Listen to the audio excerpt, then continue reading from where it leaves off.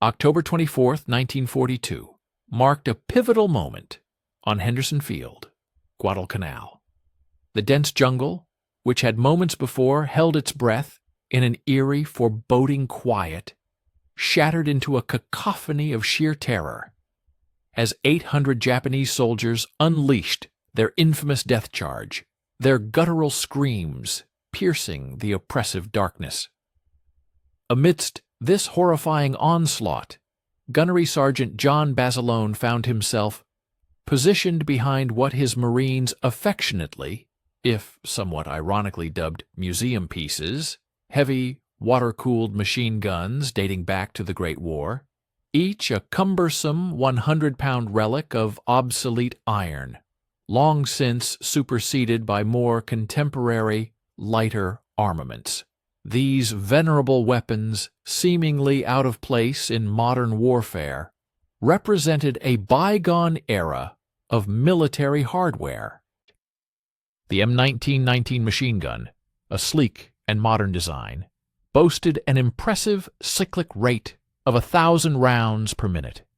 It was fast, easily transportable, and embodied every characteristic the Marine Corps believed essential for effective jungle warfare. Yet, as the relentless Banzai charge surged forward, crashing into the American defensive lines, an unforeseen and almost unbelievable event transpired. The advanced, new-generation firearms, touted for their superior capabilities, abruptly fell silent. Their barrels glowed a vivid cherry red, and their intricate mechanisms seized completely under the suffocating, humid heat of the tropical night. In stark contrast, the ancient M1917A1s, with their bulky water jackets and a more modest, steady rate of 600 rounds per minute, continued to unleash a ceaseless torrent of ammunition, belt after belt, hour upon relentless hour. They fired without pause, without succumbing to overheating, and without mercy. By the dawn's light, a staggering 800 enemy combatants lay dead, their lives claimed by these very guns the Marines had initially perceived as a burdensome handicap. It became chillingly clear that these supposedly outdated machine guns harbored a profound secret, a crucial advantage that the modern military had, in its pursuit of innovation, inadvertently forgotten. Stay with us and watch the end of the video. We will be grateful for your like and subscription. Write a comment about where you are from and what you think about the video topic. The humid atmosphere of Guadalcanal enveloped everything in its clammy embrace, clinging to the skin like a sodden shroud. Captain Roy Smith surveyed the scene from the periphery of Henderson Field, his gaze fixed on his Marines as they wrestled with their assigned armament. The M1917A1 machine guns were deployed in their defensive positions, appearing distinctly anachronistic, like artifacts salvaged from a bygone conflict, a grim reality, Smith mused, that they indeed were. Each fully loaded weapon exceeded 100 pounds in weight, its substantial water jacket reflecting the tropical sun with a dull, metallic sheen. The elaborate cooling system alone required nearly a gallon of water, adding considerable bulk to an already unwieldy weapon that seemed overtly engineered for the static, entrenched battlefields of France rather than the dynamic, mobile engagements characteristic of the Pacific Theater. Captain Smith's exasperation had been steadily mounting for several weeks, fueled by the persistent incongruity between tactical doctrine and available equipment. The newer M1919 machine guns represented the ideal for jungle combat, embodying all the qualities the Corps ostensibly desired. They were significantly lighter, eminently more portable, and capable of a blistering 1,000 rounds per minute, a stark contrast to the M1917's deliberate 600. Furthermore, their innovative air-cooled system obviated the need for water. thereby reducing both weight and operational complexity. On paper, these weapons were the epitome of perfection for rapid advances through the dense, unforgiving terrain where every single ounce mattered. Yet, here they were, burdened with firearms that, by all accounts, belonged in a historical exhibit. This profound skepticism was not Smith's alone. His Marines, too, shared his deep-seated reservations regarding their antiquated tools of war. Private First Class Martinez epitomized this shared frustration as he grappled with the cumbersome M1917, a low curse escaping his lips as the tripod legs snagged stubbornly in the thick undergrowth. "Sergeant, this thing weighs more than my girlfriend back home," he grumbled, eliciting a smattering of sympathetic chuckles from his squad mates. The comparison, while humorous, was remarkably apt. The M1917A1, complete with its tripod, water jacket, and a full load of ammunition, tipped the scales at a formidable 103 pounds. In stark contrast, the sleek M1919 weighed a comparatively svelte 41 pounds, a difference that profoundly impacted a Marine's mobility and endurance in the arduous conditions of the jungle. However, the sheer weight of the M1917 was merely one facet of its operational challenges. The water cooling system, while effective, demanded constant and meticulous maintenance in the demanding field environment. The water jackets required regular refilling to prevent overheating. The intricate connections had to be diligently inspected for any leaks, and the entire apparatus necessitated careful handling to avert potential damage. Conversely, the M1919's air cooling mechanism offered a liberating simplicity, allowing Marines to swiftly reposition without the encumbrance of sloshing water or the complexities of its plumbing. Both weapons, it was noted, fired the identical 30-06 cartridge, but the M1919 accomplished this with a perceived efficiency that spoke to its modern design. Smith continued his circuit along the defensive line, his observations reinforcing the struggle his men faced with their antiquated weaponry. While the Corps had issued these specific guns for the critical defense of Henderson Field, every prevailing tactical manual of the era unequivocally stressed the paramount importance of mobility and concentrated firepower. The Japanese, renowned for their mastery of rapid infiltration tactics, expertly exploited the dense jungle's natural cover to swiftly close the distance before American forces could effectively react.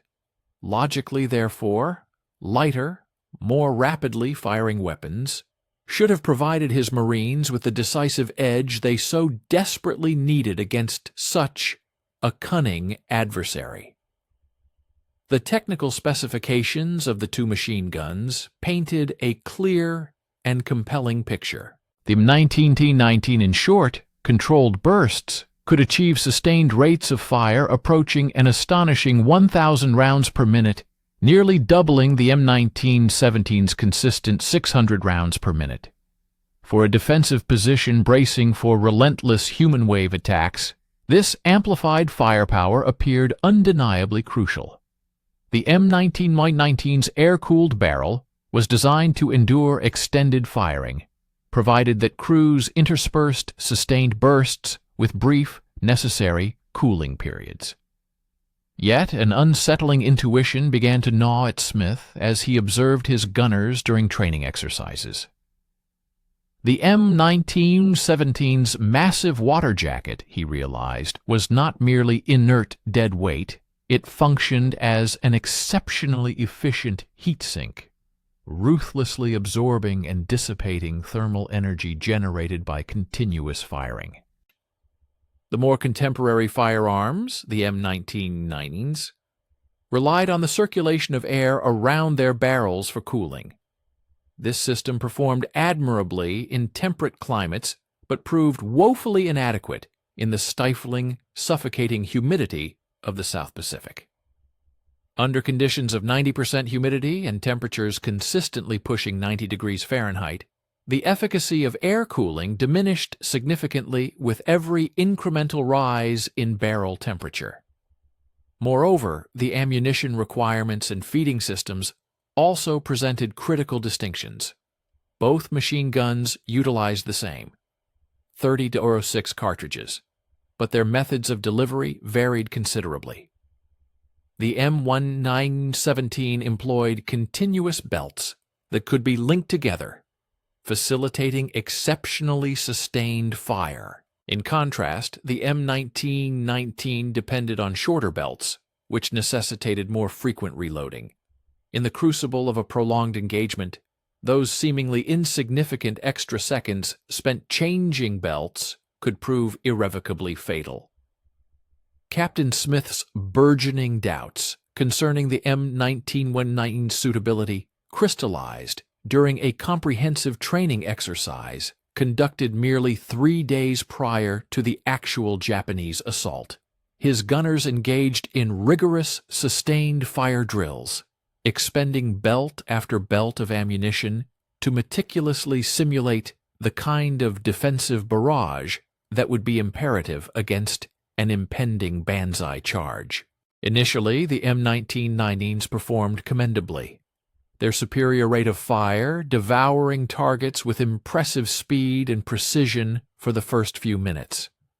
However, as the exercise progressed, inherent problems began to manifest.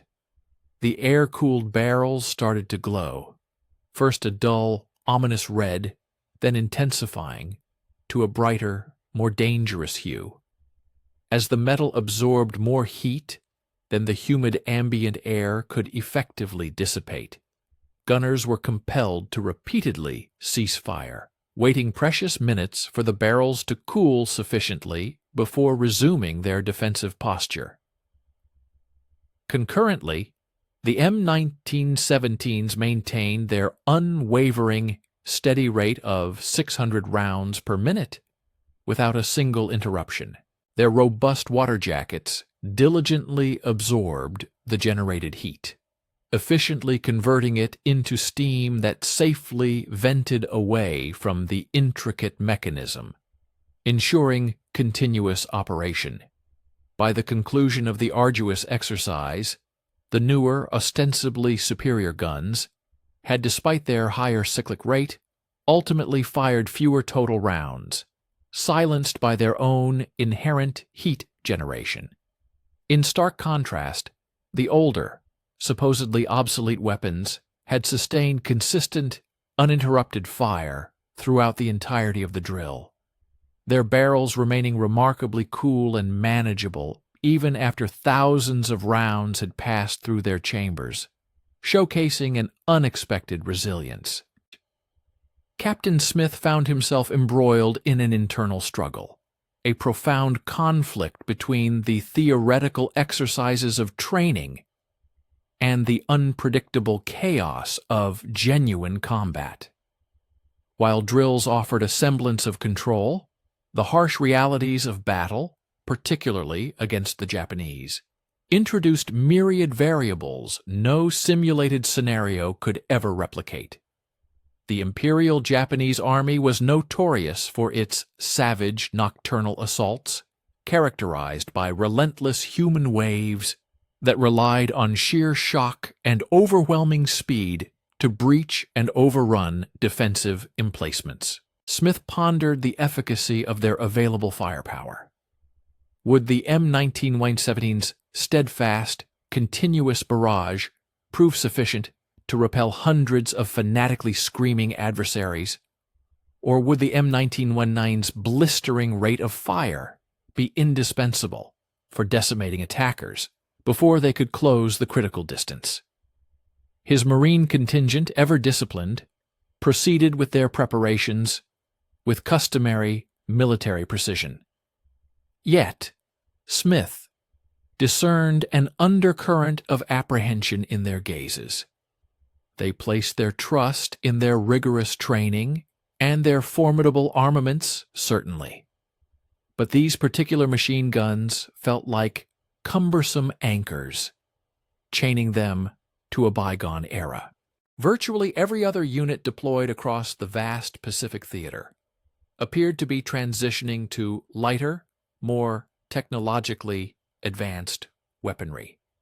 It was only here, entrenched in the defense of this vital airstrip in an isolated, remote location, that they remained saddled with what felt like historical artifacts, direct descendants from the bloody trenches of Belleau Wood. The profound irony of their situation was not lost on Captain Smith. The very same formidable weapons that had played a pivotal role in securing victory during the Great War were now widely regarded as antiquated, utterly unsuitable for the rapidly evolving landscape of modern warfare. Nevertheless, as he observed his dedicated gunners meticulously mastering the distinct idiosyncrasies and formidable capabilities of the M1917, a nascent question began to form in his mind. He started to ponder whether the Marine Corps possessed a deeper, more nuanced understanding of their strategic needs, an insight that eluded immediate comprehension.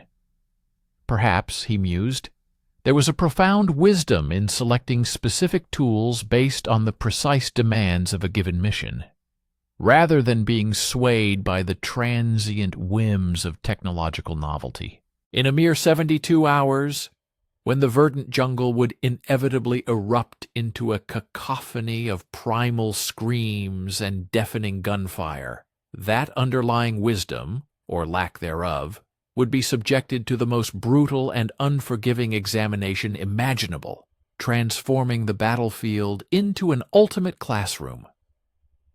The oppressive night air, thick with an almost palpable sense of foreboding, carried the chilling promise of death across the tranquil waters of the Ilu River.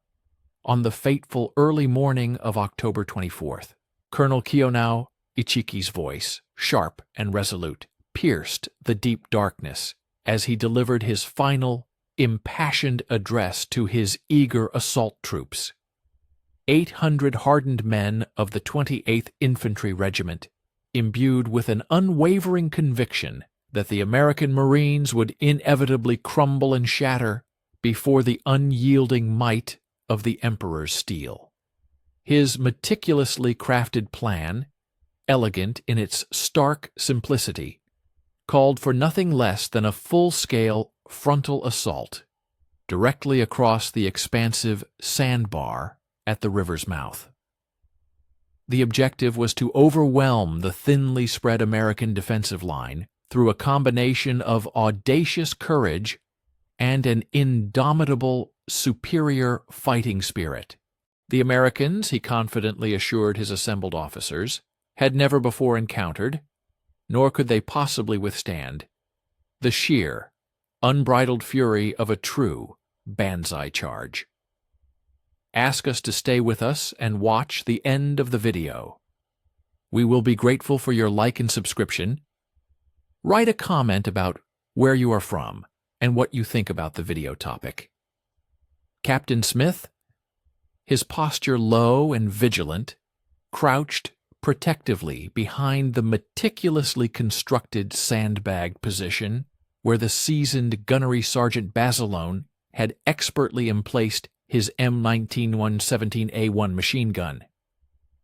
The weapon's water jacket, a crucial component for sustained firing, still radiated a residual warmth from the thorough function checks performed just that afternoon. This formidable machine gun commanded an absolutely perfect field of fire, sweeping across the narrow stretch of beach where the river converged with the vast expanse of the sea.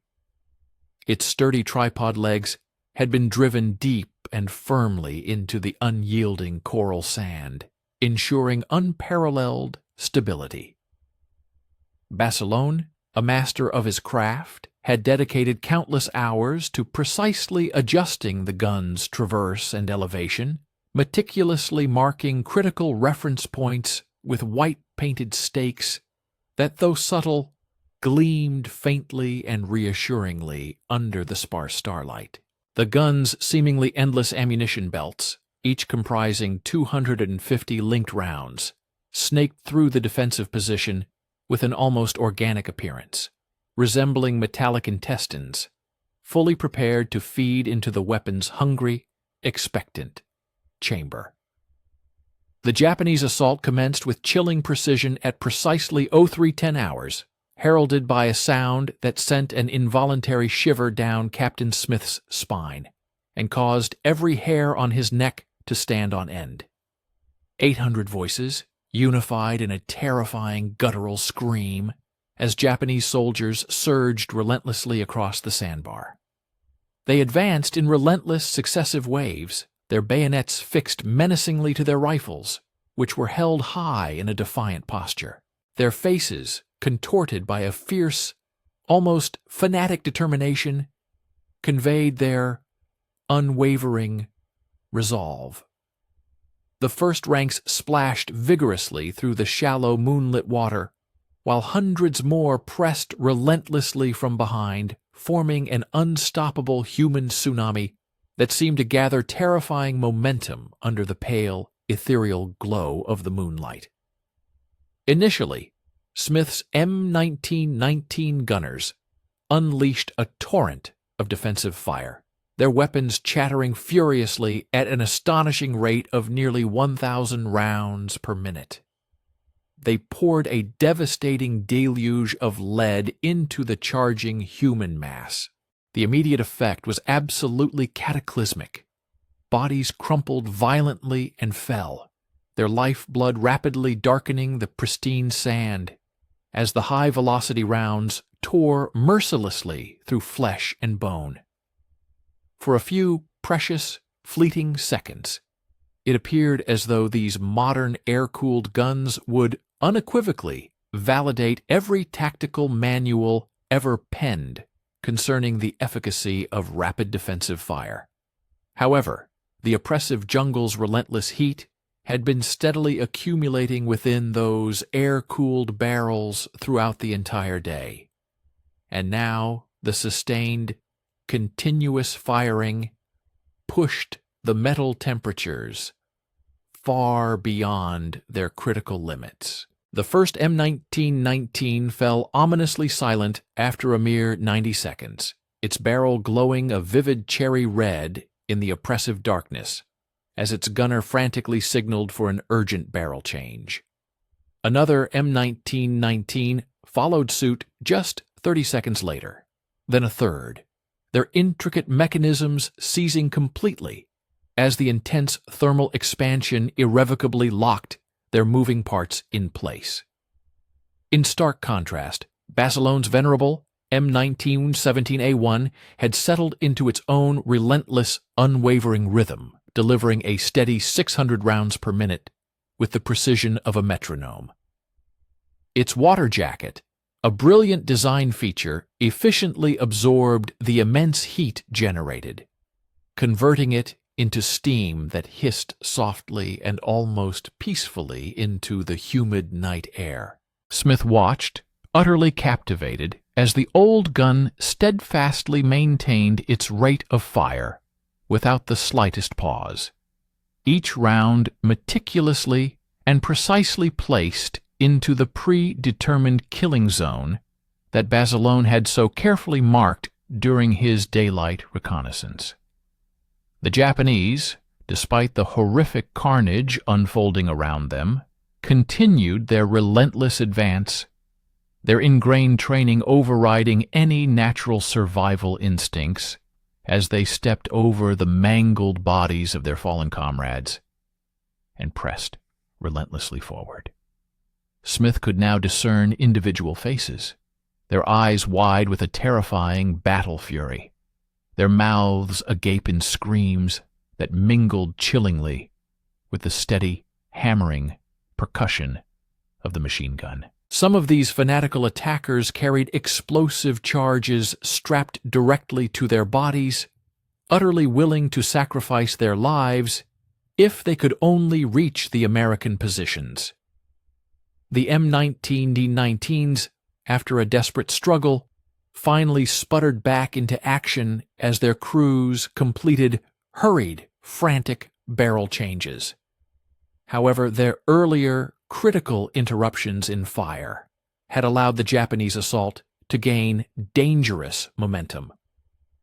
Japanese soldiers, driven by an unyielding will, had already reached the outer wire obstacles, meticulously cutting through the defensive barriers with both specialized wire cutters and, astonishingly, their bare hands.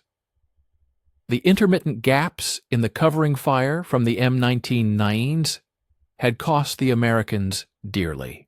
What should have been an impenetrable continuous wall of lead had regrettably devolved into sporadic bursts, punctuated by critical, vulnerable silences. Yet, amidst this escalating chaos, the M1917A1, a steadfast sentinel, never ceased its relentless operation. Basilone, with movements that were both smooth and profoundly practiced, despite the inferno erupting all around him, fed belt after belt of ammunition into the weapon's hungry action. The gun's ingenious water-cooled system had effectively transformed it into an unstoppable engine of destruction, a mechanical marvel that functioned with unwavering consistency, regardless of the sheer volume of rounds that passed through its barrel. Steam rose from the water jacket in a continuous plume, resembling incense from some ancient mechanical altar. Yet the gun's complex mechanism remained remarkably cool and exquisitely precise. Captain Smith found himself utterly mesmerized by the weapon's relentless and unwavering efficiency. Each burst of fire lasted for precisely the same duration, an almost hypnotic rhythm in the maelstrom of battle. Each necessary pause for a belt change consumed exactly the same, meticulously timed interval. Furthermore, every correction of fire, no matter how minor, followed the same deliberate, practiced process. The M1917A1, in that harrowing moment, had transcended its identity as mere machinery. It had become an organic extension of Basilone's unyielding will, flawlessly responsive to his slightest adjustment, yet simultaneously independent of common human limitations such as fatigue or the debilitating effects of heat buildup. Under the relentless, unceasing deluge of fire, the Japanese charge finally began to falter, its momentum dissipating as bodies piled up in gruesome heaps within the designated killing zone. The surviving attackers found themselves in an utterly desperate predicament, trapped irrevocably between the unforgiving river behind them and the relentless, unceasing torrent of fire emanating from the M1917A1 directly ahead. Some, in a desperate gamble, attempted to outflank the American position by moving cautiously along the beach. However, Basilone, with a calm precision born of extensive training and innate talent, simply traversed the gun left and right, his pre-marked reference points proving invaluable, allowing him to maintain devastatingly accurate fire even in the complete, disorienting darkness. In the profound depths of the night's embrace, a grim tableau awaited the first light of day. As dawn's faint glow pierced the darkness, the sandbar was unveiled, a desolate expanse strewn with the lifeless forms of nearly 800 Japanese soldiers. These brave but misguided warriors had clung to the conviction that their unyielding spirit alone could overcome the overwhelming might of American ordnance. The venerable M1917A1 machine gun, now hushed, rested after its relentless vigil, its water jacket still radiating a residual warmth. Yet its intricate mechanism remained poised, prepared for any renewed confrontation. In stark contrast, the more contemporary M1919 machine guns surrounding it bore the unmistakable marks of their fiery ordeal barrels discolored and marred by intense heat, some irrevocably warped beyond any hope of repair. Captain Smith moved methodically among his weary gunners, observing them as they meticulously cleaned their instruments of war and diligently tabulated the staggering expenditure of ammunition. The empirical data that emerged painted a vivid picture, narrating a combat saga for which no conventional training manual could have possibly prepared him.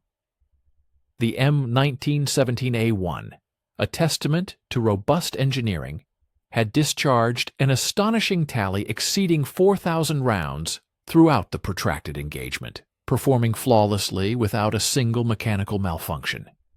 Its ingenious water-cooled system had steadfastly maintained an unwavering, consistent, operational performance from the battle's commencement to its conclusion. Conversely, the M1919s, despite possessing a theoretically superior cyclic rate, had collectively fired fewer rounds, repeatedly silenced by debilitating overheating issues that carved perilous voids in the defensive barrage, compromising the integrity of their positions. The strategic ramifications of these findings were nothing short of monumental, sending ripples of disbelief through the military establishment. In the unforgiving crucible of jungle warfare, an environment where pervasive humidity and oppressive heat conspired as relentless adversaries, the antiquated weapon's sophisticated cooling apparatus conferred an indisputable and critical advantage, a benefit that the architects of modern military technology had perhaps unwittingly dismissed. The M1919's air cooling mechanism, while perfectly adequate and efficient in more temperate climes, faltered dramatically and struggled profoundly within the suffocating conditions characteristic of the South Pacific theater. Paradoxically, the very attributes of weight and inherent complexity which had previously consigned the M1917A1 to the realm of perceived obsolescence had, in the crucible of combat, revealed themselves as formidable strengths precisely when the exigencies of the mission demanded an unwavering, sustained deluge of firepower. Stay with us and watch the end of the video. We will be grateful for your like and subscription. Please write a comment about where you are from and what you think about the video topic. Sergeant Basilone emerged from his entrenched position, appearing as if roused from a profound, prolonged trance. His uniform, drenched in a mixture of sweat and the condensation emanating from the gun's steam vents, clung heavily to his frame. For 6 grueling hours, he had tirelessly fed ammunition belts into the weapon's voracious action, executing minute, instinctive adjustments to preserve pinpoint accuracy as enemy targets shifted and maneuvered with frantic desperation. The machine gun in those intense hours had ceased to be merely an implement. It had become an extension of his very being, its rhythmic cadence harmonizing with his own pounding heartbeat, its every requirement anticipated with an almost prescient understanding. As the sun ascended higher into the firmament, progressively illuminating the full, undeniable scope of their hard-won triumph, Captain Smith felt his initial skepticism dissipate entirely, replaced by a profound sense of awe bordering on reverence. These museum pieces, once derided, had emphatically vindicated their worth in the most rigorous crucible imaginable, enduring and outperforming their contemporary counterparts when their reliability mattered most. The unforgiving jungle had, in its brutal honesty, unveiled a fundamental truth that peacetime strategic planning had conspicuously overlooked. Occasionally, the most ancient solution proves, unequivocally, to be the most efficacious. The profound re-evaluation of tactics commenced in the immediate aftermath of the Tenarue massacre. as intelligence regarding the M1917A1's extraordinary performance propagated through the Marine Corps' command structure with the speed and intensity of a wildfire.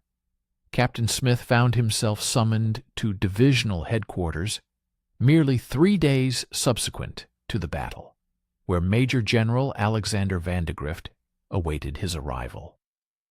The general's makeshift desk was burdened with a formidable stack of meticulously compiled after-action reports, and his piercing gaze posed a question that would ultimately recalibrate military strategy across the entire Pacific theater. The commanding general's visage, etched with the visible strain of months spent defending Henderson Field against relentless assaults, nevertheless conveyed a sharp, incisive intelligence, a vital attribute that had been instrumental in preserving the lives of his Marines through countless months of desperate, unyielding combat. General Vandegrift meticulously arrayed the detailed engagement reports across his improvised desk, his finger tracing the startling ammunition expenditure figures that collectively narrated an extraordinary and compelling story. The positions fortified with M19-117A1 machine guns had maintained a relentless, continuous barrage of fire for an astonishing duration exceeding 6 hours, expending in excess of 20,000 rounds without a single instance of weapon malfunction. In stark contrast, positions equipped with the M19-119s had endured multiple barrel replacements and protracted cooling intervals, which inevitably created perilous lacunae in the defensive coverage. While the newer firearms were capable of delivering impressive, concentrated bursts, they proved utterly incapable of sustaining the prolonged, unremitting engagement that the unique demands of jungle warfare imperatively required. Captain Smith observed intently as Vandegrift's finger meticulously traced the casualty figures, noting with grim precision how the highest concentrations of enemy dead were consistently arrayed in front of the water-cooled positions. The M1917A1's unwavering and consistent rate of 600 rounds per minute had effectively carved out lethal zones that retained their deadly efficacy throughout the entirety of the engagement. Conversely, the M19-119's ostensibly higher cyclic rate had proven utterly inconsequential when thermal limitations inexorably mandated repeated, enforced ceasefires. The general's ultimate conclusion was delivered with stark, uncompromising clarity. The Marine Corps had, in its zealous pursuit of modernization, inadvertently misprioritized the critical specifications essential for combat effectiveness. With remarkable alacrity, within a mere 48 hours, urgent communications were dispatched to Marine Corps headquarters in Quantico, containing an immediate and unequivocal request for the expedited redistribution of M1917A1 machine guns to all frontline units. The weapon, which had previously been relegated to the mundane roles of training and rear area security, suddenly ascended to become the most critically sought-after item within the vast Pacific supply chain. Ordnance officers across the theater scrambled with frantic urgency to locate every stored weapon and ensure its rapid forward deployment, while dedicated armorers toiled ceaselessly around the clock to meticulously refurbish weapons that had long languished, gathering dust in forgotten stateside warehouses. The comprehensive technical reevaluation extended far beyond a mere tabulation of ammunition counts. Expert marine engineers embarked upon a rigorous and detailed thermal analysis of both weapon systems, conducted under authentic combat conditions. This involved precisely measuring barrel temperatures and meticulously calculating heat dissipation rates within the specific, challenging parameters of tropical environments. Their scientific findings unequivocally corroborated what Basilone and his fellow gunners had viscerally apprehended through brutal first-hand experience. Air cooling progressively diminished in effectiveness as both ambient temperature and humidity inexorably climbed. Specifically, at Guadalcanal's characteristic conditions of 90 degree Fahrenheit and 90% humidity, the M19-119's cooling capacity plummeted by nearly 40% when compared to its performance in more temperate climates. In stark contrast, the M19-117A1's water jacket unfailingly maintained a consistent and highly effective cooling performance, entirely irrespective of prevailing atmospheric conditions. The system's inherent thermal mass efficiently absorbed heat energy, subsequently converting it into steam, thereby establishing a continuous cooling cycle that operated with complete autonomy from external air temperature or humidity. The very weight penalty that had once rendered the weapon seemingly obsolete was, in reality, a stored reservoir of cooling capacity, a crucial asset that yielded immense dividends during periods of protracted, sustained engagement. Captain Smith, having witnessed firsthand the weapon's unparalleled efficacy, transformed into an unofficial and fervent evangelist for the older firearm. He diligently briefed newly arrived units, imparting invaluable lessons gleaned from the crucible of the Tenarú battle. He underscored the critical importance that the M1917A1 demanded distinct tactical approaches compared to its newer counterparts. Crews, he emphasized, needed to conceptualize their fire in terms of sustained, continuous barrages rather than rapid intermittent bursts. Furthermore, strategic positioning became paramount, given the weapon's considerable weight, which rendered swift displacement a formidable challenge. Yet when deployed with precision and understanding, the M1917A1 possessed the formidable capacity to deliver a volume of firepower that lighter, more modern weapons simply could not emulate in the punishing conditions of the jungle. The resounding vindication of the M1917A1 transcended individual skirmishes, as subsequent, larger-scale engagements unequivocally confirmed its enduring pattern of decisive performance. During the pivotal October offensive, when General Harukichi Hyakutake committed the entirety of his 17th Army to a meticulously coordinated assault on Henderson Field, the M1917A1 positions once again proved to be the linchpin of the defense. The Japanese forces, in a relentless wave, hurled regiment after regiment against the Marine lines, anticipating that the American defenses would inevitably buckle under such sustained and overwhelming pressure. Instead, they encountered an unyielding torrent of machine gun fire that never abated, never paused for the critical extended cooling periods, and crucially, never created the exploitable gaps that their assault troops so desperately sought. On the 26th day of October, a date etched into the annals of fierce combat, Gunnery Sergeant Mitchell Page emerged as a paramount exemplar of this newly devised tactical methodology, demonstrating its efficacy during particularly brutal skirmishes.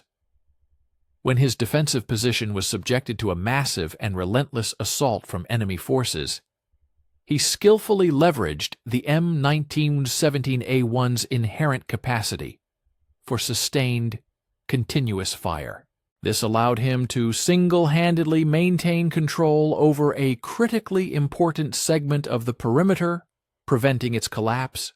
Unlike the less robust armaments that would have necessitated frequent pauses for cooling down, the M1917A1, with its efficient water-cooled mechanism, empowered him to deliver an uninterrupted barrage of suppressive fire, even when operating entirely alone against overwhelming odds. Indeed, his Medal of Honor commendation would later specifically highlight the weapon's unwavering reliability and consistent performance amid such harrowing and extreme battlefield conditions. The ramifications for logistical planning reverberated extensively throughout the Pacific Theater, prompting a significant reevaluation of weapon deployment strategies. Field commanders began to specifically request the M1917A1 for the establishment of static defensive fortifications, while concurrently ensuring that the lighter M19919s remained allocated for more dynamic and mobile operational objectives. The inherently heavier M1917A1 machine guns proved to be exceptionally well suited for fixed emplacements, where their considerable weight was not only inconsequential but often an advantage, contributing to greater stability. Conversely, the more portable M1919s continued to be the preferred choice for advancing infantry units that prioritized ease of movement and maneuverability over the capability for prolonged, continuous suppression. This intelligent and deliberate tactical distribution strategy effectively maximized the inherent strengths of each weapon system, while simultaneously mitigating their respective operational weaknesses. Consequently, training protocols underwent a thorough overhaul to meticulously accommodate the distinct and specialized requirements of the M1917A1. Specialized gunner schools placed a heightened emphasis on comprehensive water management techniques, diligently instructing crews on the vital procedures for monitoring jacket water levels and ensuring the proper maintenance of steam vents, even under the most intense combat scenarios. Furthermore, the creation and diligent use of detailed range cards became exponentially more critical. While the weapon's substantial mass admittedly rendered rapid target acquisition a challenging endeavor, its exceptional and sustained accuracy transformed careful, pre-planned engagements into devastatingly effective outcomes. Concurrently, ammunition handling procedures were adapted to facilitate the loading and management of the significantly longer belt lengths that the robust water-cooled system was capable of accommodating, ensuring a seamless supply of firepower. Stay with us and watch the end of the video. We will be grateful for your like and subscription. Write a comment about where you are from and what you think about the video topic. Captain Smith, who was subsequently tasked with the crucial assignment of formulating new military doctrine, meticulously incorporated the hard-won insights and practical lessons gleaned from the fierce engagements on Guadalcanal. The comprehensive manual he authored placed a strong emphasis on critical environmental factors that had been regrettably overlooked during peacetime testing and evaluations. This included, for instance, a detailed analysis of how varying levels of humidity could adversely affect the efficiency of air cooling systems, the crucial distinctions between sustained fire rates and theoretical cyclic rates, and the precise manner in which thermal limitations could inadvertently create significant tactical vulnerabilities for machine gun teams. This groundbreaking document quickly became mandatory reading for every machine gun crew stationed across the vast expanse of the Pacific, effectively disseminating Guadalcanal's invaluable, experience-forged knowledge to countless units preparing to face similar arduous conditions. Perhaps the most profound transformation was evident in the Marines themselves, in their evolving perceptions and attitudes towards these weapons. armaments that had once been viewed as undesirable, even punitive. Assignments suddenly became highly coveted posts, as news of their formidable battlefield effectiveness spread rapidly through the ranks.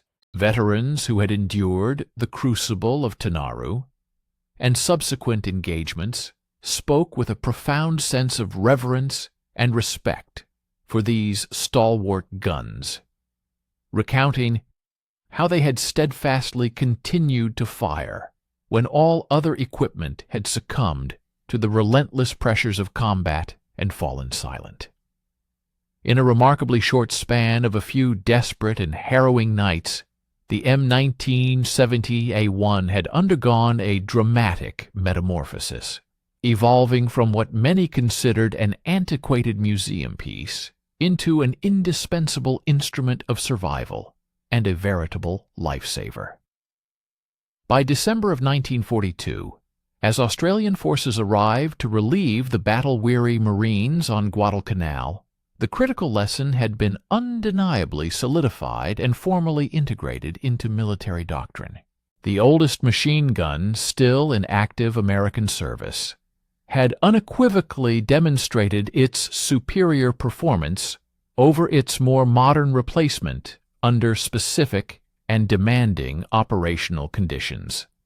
This pivotal realization served as a profound teaching moment for military planners, underscoring that technological advancement, while often desirable, did not inherently guarantee tactical improvement.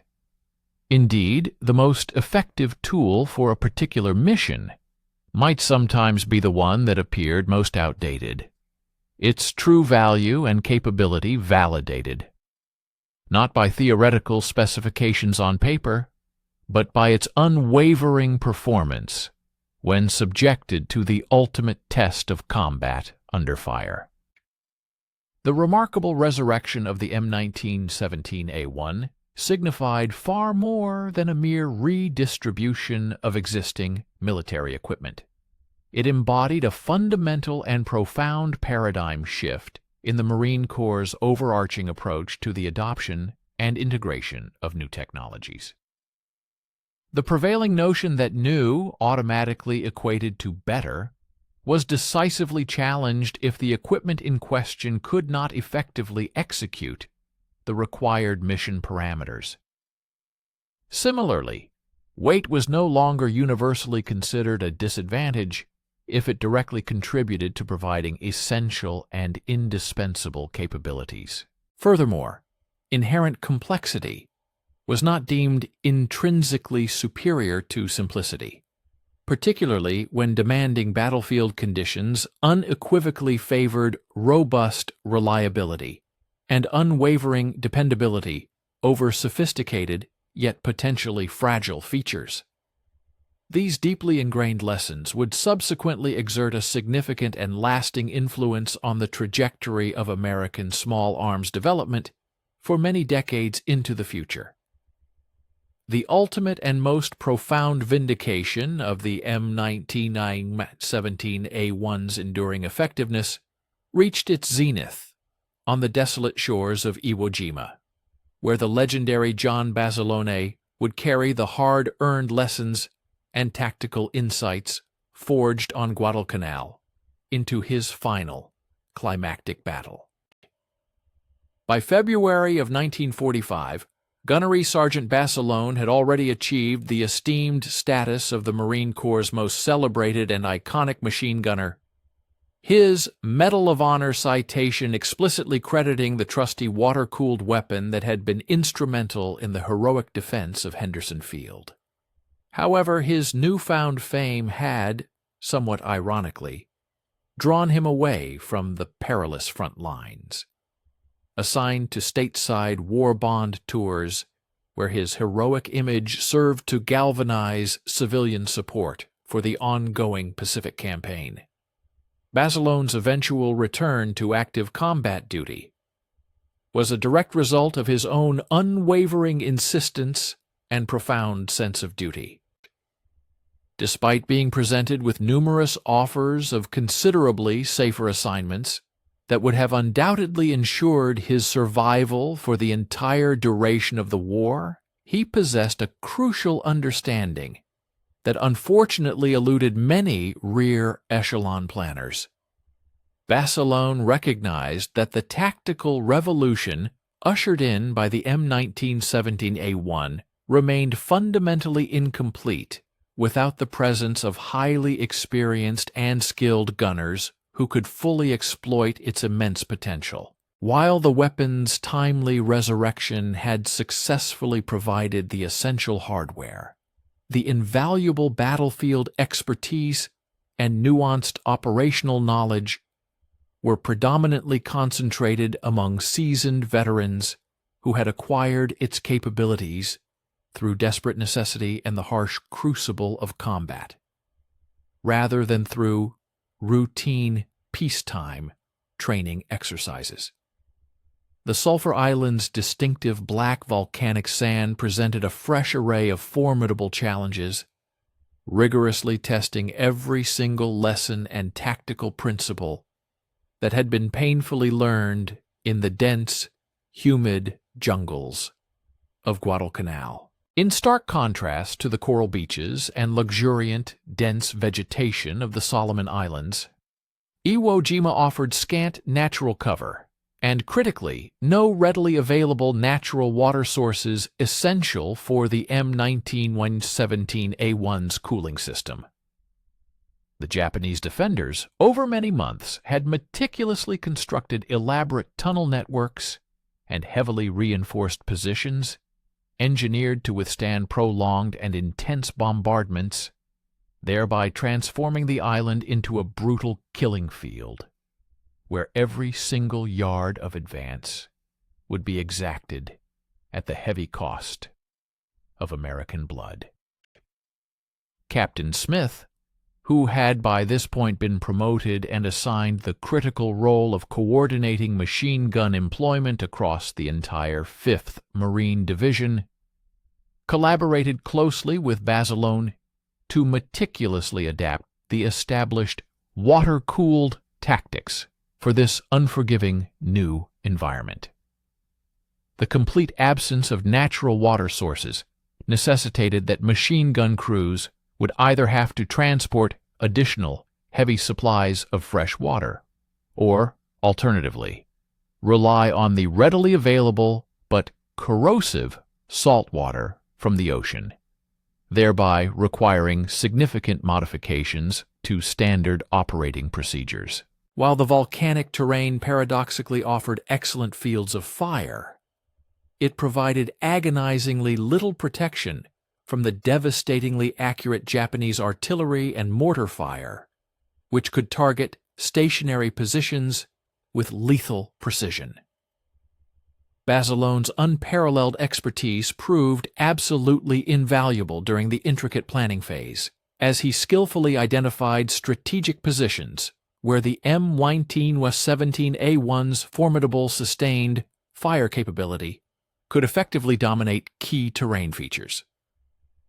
The weapon's considerable weight, which remained a distinct liability during swift advances across open ground, remarkably transformed into a significant advantage when establishing robust defensive positions that were designed to withstand relentless enemy counterattacks. Japanese tactical doctrine on Iwo Jima relied heavily on clandestine nighttime infiltration maneuvers and sudden, violent assaults launched from meticulously concealed positions, precisely the type of close-quarters engagements where the unwavering and continuous delivery of suppressive firepower proved absolutely decisive. The overwhelming force of sustained gunfire ultimately proved paramount in the fiercely contested battles. The pivotal amphibious landing on February 19th vividly illustrated the profound extent to which the Marine Corps had fully integrated the water-cooled weapons' strategic significance into its operational doctrine. M1917A1 heavy machine guns were meticulously brought ashore in the initial waves of assault, their dedicated crews having been rigorously drilled in specialized rapid emplacement techniques that enabled them to fortify crucial strongholds within mere minutes of hitting the beach. The intrinsic capacity of these formidable guns to maintain an uninterrupted fusillade became an indispensable asset as tenacious Japanese defenders emerged from their cleverly concealed positions to fiercely contest every single beach landing site. Sergeant Basillone's final heroic engagement on February 21st powerfully epitomized the M1917A1's remarkable metamorphosis from an overlooked artifact to an indispensable instrument of war on the battlefield. Leading a specialized machine gun section toward the critical Motoyama Airfield No. 1, he confronted an intricate network of Japanese bunkers that strategically dominated the access routes to the vital runway.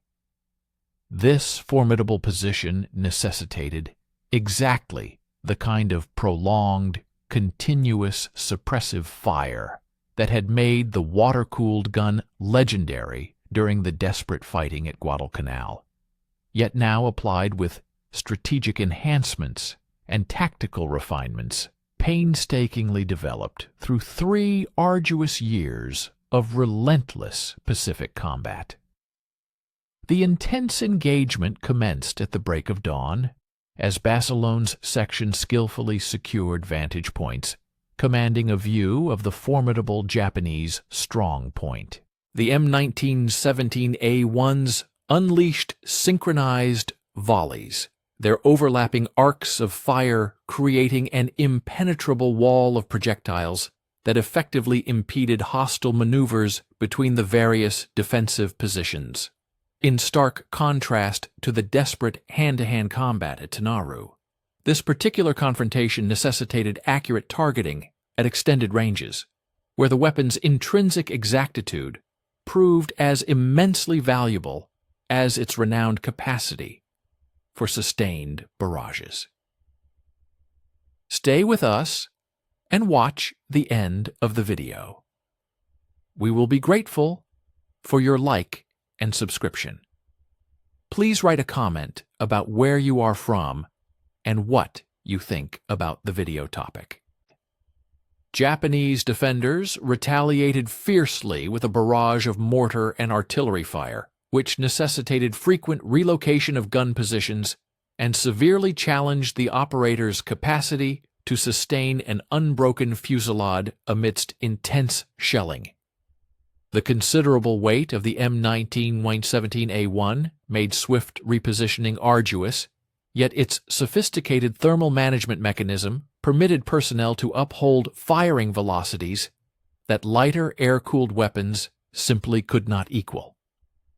Basillone, displaying exceptional leadership, navigated the various emplacements, orchestrating the volleys and overseeing munitions replenishment, all while guiding the strategic application of firepower that had become his undeniable forte. The strategic ingenuity demonstrated at Iwo Jima represented the zenith of acquired knowledge and combat experience throughout the entire Pacific campaign. Gun crews had perfected hydraulic control methods, maintaining optimal cooling efficacy, even when forced to use salt water as a substitute. Ammunition handling had advanced significantly to accommodate belt lengths surpassing 1,000 cartridges, thereby allowing for uninterrupted barrages that could last 4 hours without interruption. Range estimation and target acquisition had evolved into exact disciplines that maximized the weapon's inherent accuracy. Crucially, the M1917A1 had successfully found its optimal strategic role within the Marine Corps' integrated combat strategy. Instead of attempting to adapt the weapon to unsuitable functions, such as transforming it into a nimble, easily transportable firearm for swift offensives, Marines had discovered how to deploy it where its inherent capabilities offered the greatest benefit. Static strongholds, prolonged covering fire operations, and accurate distant targeting had definitively become the water-cooled gun's specialized domains of expertise. The weapon's mental influence on enemy forces had also become a significant element in tactical calculations. Japanese troops had come to dread the unmistakable roar of sustained M1917A1 fire, perceiving it as an enduring peril that would persist irrespective of duration or thermal conditions. The gun's capacity for uninterrupted barrages established a psychological blockade that powerfully augmented its material consequences, compelling adversary formations to stay hidden, rather than endeavoring to maneuver amidst hostile fire. Sergeant Basilone's tragic death during the Iwo Jima assault signified the close of an era, but his strategic heritage endured in the doctrine he had helped formulate. The M917A1 remained in active duty throughout the Pacific Campaign, its position firmly established as military leaders at last grasped the crucial difference between advanced engineering and practical combat efficacy. The weapon that had appeared outmoded in 1941 had become absolutely essential by 1945. The wider ramifications extended further than individual weapon systems, impacting the strategic mindset of the U.S. Armed Forces concerning the integration of new armaments. The M1917A1's revival illustrated that combat demands often diverged sharply from non-combat parameters, that environmental factors could supersede conceptual benefits, and that seasoned soldiers' insights offered perspectives that experimental trials could not reproduce. These invaluable lessons would fundamentally alter the armed forces' approach to assessing novel gear, prioritizing practical operational efficacy over abstract functionalities. By war's end, the 1917A1 had accomplished an extraordinary feat. It had effectively asserted its continued importance against more contemporary armaments by demonstrating unparalleled efficacy in particular circumstances.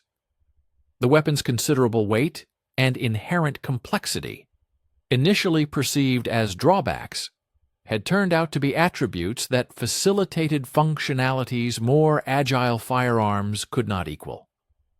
Water cooling ultimately prevailed against air cooling in environments where continuous firepower was paramount over ease of transport. The strategic paradigm shift ignited by Guadalcanal's ferocious combat had fundamentally reshaped the Marine Corps' perspective on offensive capability, endurance, and situational responsiveness. An antiquated armament had imparted contemporary insights about the dynamic interplay between armament and strategy, proving that occasionally the most effective answer lay in established methods, honed through practical application and corroborated by outcomes, as opposed to theoretical metrics. The ultimate phase of the M1917A1's Pacific War commenced with a hush, the kind of profound quiet that invariably follows the cessation of prolonged hostilities. Captain Smith surveyed the devastation of what had once been Shuri Castle on Okinawa, observing his Marines meticulously maintain their firearms in the fervent hope it would be their final such task.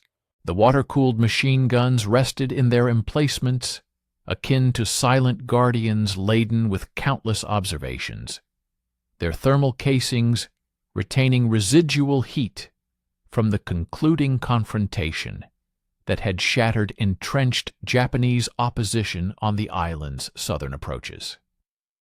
The numerical data from the Okinawa offensive revealed an account that would have appeared inconceivable a mere 36 months prior at Guadalcanal. M1917A1 positions sustained an operational readiness rate of 96% through protracted combat. in stark contrast to 72% for their air-cooled counterparts under comparable circumstances. This disparity amounted to multitudes of projectiles impacting their intended objectives, rather than being rendered inoperable by excessive heat buildup, an offensive capability that had been instrumental in dismantling entrenched Japanese fortifications that had endured extensive shelling for weeks. For 2 weeks, the relentless bombardment had pounded the enemy positions without cease. During this intense period, Smith found himself deeply contemplating the remarkable metamorphosis he had witnessed. Initially, he harbored a significant degree of skepticism regarding the utility of what he perceived as antiquated equipment. However, his perspective had undergone a profound shift, transforming him into one of the M1917A1 machine gun's staunchest proponents within the Marine Corps. This venerable weapon had truly transitioned from an onerous burden to an invaluable asset, forged and proven in the unforgiving crucible of combat. Its inherent limitations, once considered drawbacks, had paradoxically unveiled themselves as formidable strengths when the weapon was properly understood and strategically deployed. The substantial mass, which undeniably rendered it cumbersome to transport and maneuver, simultaneously provided the essential thermal capacity required for sustained cooling during prolonged firing sequences. Similarly, the very complexity of its design, necessitating meticulous and frequent maintenance, was precisely what endowed it with a level of unwavering reliability that simpler, less intricate weapon systems simply could not emulate under the rigors of battle. The psychological impact exerted by this particular weapon during the protracted and brutal fighting on Okinawa proved to be just as decisive as its raw, physical, destructive capabilities. Japanese defenders, through bitter experience, had become acutely attuned to the M1917A1's unmistakable and distinctive firing signature, easily differentiating its thundering report from the cacophony of other American armaments. They learned to interpret its unique sound as an undeniable harbinger of death for any movement detected within its lethal beaten zone. The machine gun's extraordinary capacity to maintain a continuous, unyielding barrage of fire for hours on end, without any appreciable pause, effectively compelled enemy units to retreat and seek deeper refuge underground. This relentless suppression severely curtailed their ability to effectively coordinate their defensive actions or to launch any meaningful and organized counterattacks against the advancing American forces. We invite you to stay with us and watch the end of this insightful video. Your support, including a like and subscription, would be greatly appreciated. Please also share where you are from and your thoughts on the crucial topic discussed. More profoundly, the undeniable success of the M1917A1 had fundamentally reshaped the strategic approach taken by American forces concerning sustained combat operations. This robust weapon unequivocally demonstrated that the sheer sustainability of firepower held greater significance than mere peak performance during extended engagements. Furthermore, it underscored that effective thermal management was just as critically important as a consistent supply of ammunition. Crucially, it revealed that environmental factors such as heat, humidity, and terrain could decisively override any theoretical advantages a weapon might possess in laboratory conditions. These invaluable lessons, gleaned from the M1917A1's battlefield performance, extended their applicability far beyond the specific realm of machine gun employment, influencing a wide array of military doctrines and designs, from the strategic deployment of artillery to the intricate engineering of aircraft engines. The surge of technical innovations, directly inspired by the M1917A1's unexpected resurgence, continued to evolve and improve throughout the entire Pacific Campaign. Expert ordnance specialists dedicated themselves to developing and implementing enhanced water circulation systems, which remarkably boosted cooling efficiency by an impressive 15%. This significant improvement allowed for even higher sustained rates of fire without the perennial concern of the weapon overheating. Concurrently, the ammunition feeding mechanisms underwent meticulous refinement, enabling them to accommodate substantially longer belt lengths. This crucial upgrade dramatically reduced the frequency of reloads during the most critical and intense periods of engagement, ensuring continuous suppressive fire. Moreover, the optical sights were systematically upgraded and improved, specifically designed to fully leverage the weapon's inherent and impressive accuracy at extended ranges, thereby maximizing its precision.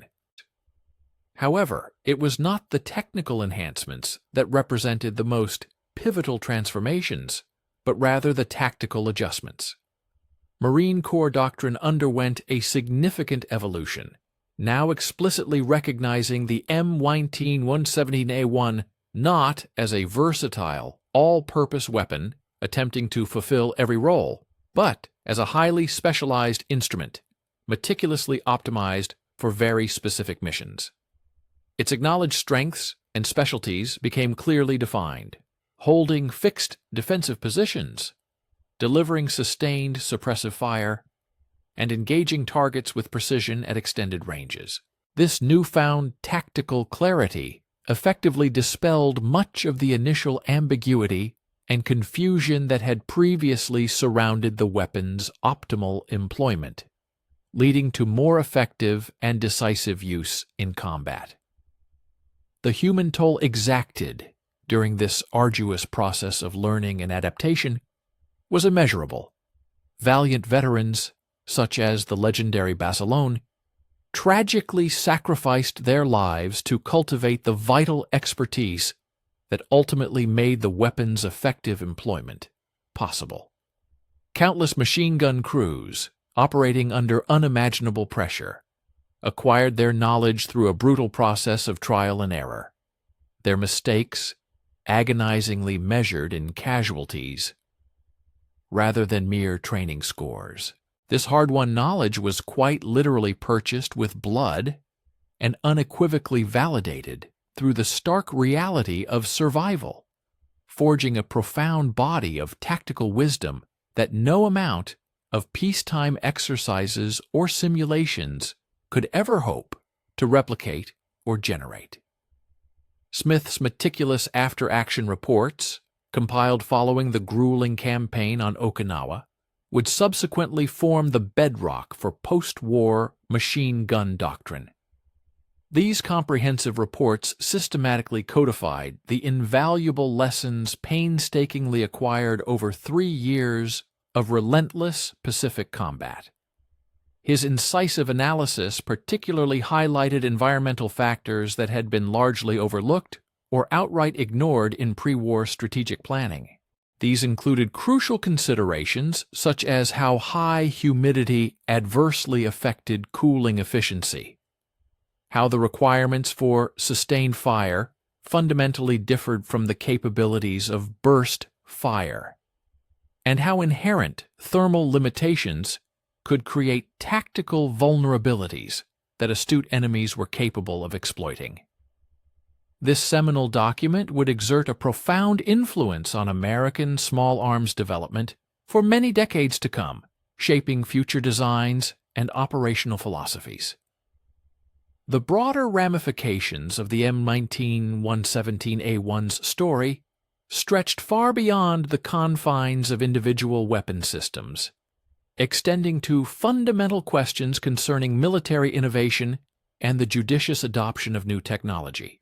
The unexpected success of the M1917A1 conclusively demonstrated that simply being newer did not automatically equate to being superior. It underscored that the harsh realities and specific demands of the battlefield frequently diverged significantly from sterile laboratory specifications. Furthermore, it powerfully illustrated that the invaluable experience of combat veterans provided profound insights that purely theoretical analysis could never adequately replicate. These transformative lessons would ultimately reshape the military's entire approach to evaluating new equipment, shifting the emphasis squarely towards proven performance in real-world scenarios, rather than relying solely on promised capabilities or marketing claims. As the devastating Pacific War drew inexorably to its conclusion, the M1917A1 found itself in a rather peculiar and ironic predicament.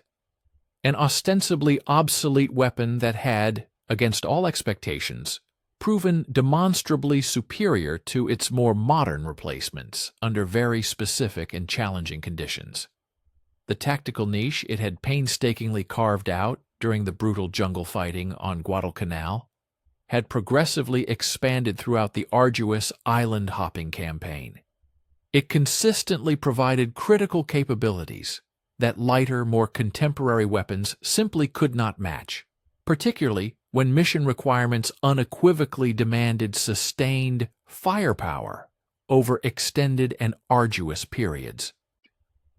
The weapon's profound influence on post-war strategic planning was already becoming unmistakably apparent as military planners diligently prepared for potential future conflicts in other tropical environments. While Korea's rugged mountainous terrain and unforgiving harsh winters would undoubtedly present a distinct set of challenges, the invaluable lessons meticulously learned in the Pacific regarding environmental factors and the critical importance of sustained operations would prove surprisingly relevant in unforeseen ways. The remarkable renaissance of the M1917A1 had thus established enduring principles that transcended the specific design or characteristics of any single individual weapon system. Perhaps the most profound irony lay in the enduring relevance of John Moses Browning's original design philosophy. His core principles, which staunchly emphasized unwavering reliability and robust sustainability over ephemeral theoretical performance, proved to be far more pertinent and critical in 1945 than they had been in 1917, the year the venerable gun was first manufactured. The intervening decades had, regrettably, instilled within the military a tendency to excessively value complexity and sophisticated features. However, the unforgiving crucible of combat had starkly revealed the enduring and paramount importance of fundamental engineering principles that unequivocally prioritized essential function and practical utility over fleeting fashion or superficial innovation. Smith's final, poignant entry in his personal log eloquently encapsulated the profound essence of what the M1917A1 had ultimately imparted to both him and the entire Marine Corps. The weapon's success, he reflected, was not attributable to its being universally superior in every aspect, but rather to its unique and exceptional suitability for specific missions that proved absolutely critical to achieving victory. Its remarkable renaissance served as a powerful testament that genuine military effectiveness emanated from the judicious and intelligent matching of specific tools to their appropriate tasks. rather than operating under the flawed assumption that newer technology would automatically and inherently deliver superior results across the board. The initial revelation stemming from the deployment of the M1970A1 machine gun transcended mere discussions of specific armaments. It delved profoundly into the intricate interplay between burgeoning technological capabilities and established tactical doctrines within the crucible of contemporary armed conflict. The ultimate validation of the M19-117A1, a weapon once potentially dismissed as outdated, unequivocally demonstrated a fundamental truth. The unforgiving reality of actual combat invariably serves as the ultimate irrefutable judge of any military system's true efficacy.